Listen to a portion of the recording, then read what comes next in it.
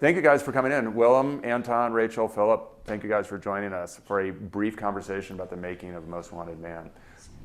And Bachman seems like a guy who is kind of living proof of those who don't remember history are doomed to repeat it. Yeah, I think he remembers history quite well, actually. I think that's his MO. I mean, I think he lives and breathes what's happened to him, and that's why he does what he does again. I think he's a guy that ultimately thinks it will eventually happen. I don't think he's capable of seeing his way as being the wrong way.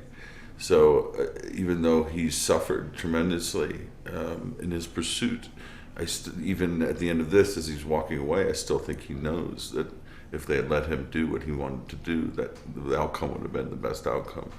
But I don't think that's because he forgot history. I think that's because he's remembered it. Mm-hmm.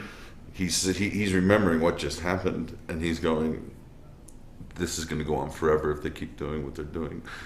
And then that's the thing that's going to make him ultimately walk away. Right. But that ultimately what happens in Hamburg is not that dissimilar from what happened in Beirut, correct? No, but I would say Beirut was probably worse. Mm-hmm. You know what I mean? And that tells you a lot. That Beirut was probably worse, and he's still doing it. And Philip, anything that you were able to take away from Bachman? He's a pain in my ass. Yeah, but a really good. He was a really good pain in my ass. He was.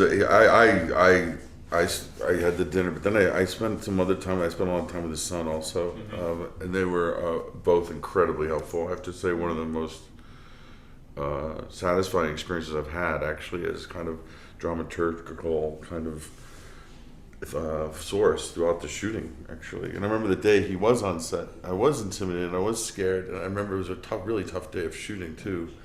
But I remember after the day he came to me when I really thought like I had just screwed the pooch, and it was a day that was really tough, and he came at the end, and he like really came right up to me, and he was so supportive immediately. Like he knew exactly where I was, and he knew exactly what to say.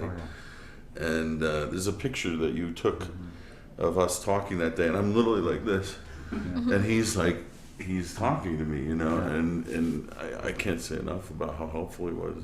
Yeah, he's tremendous.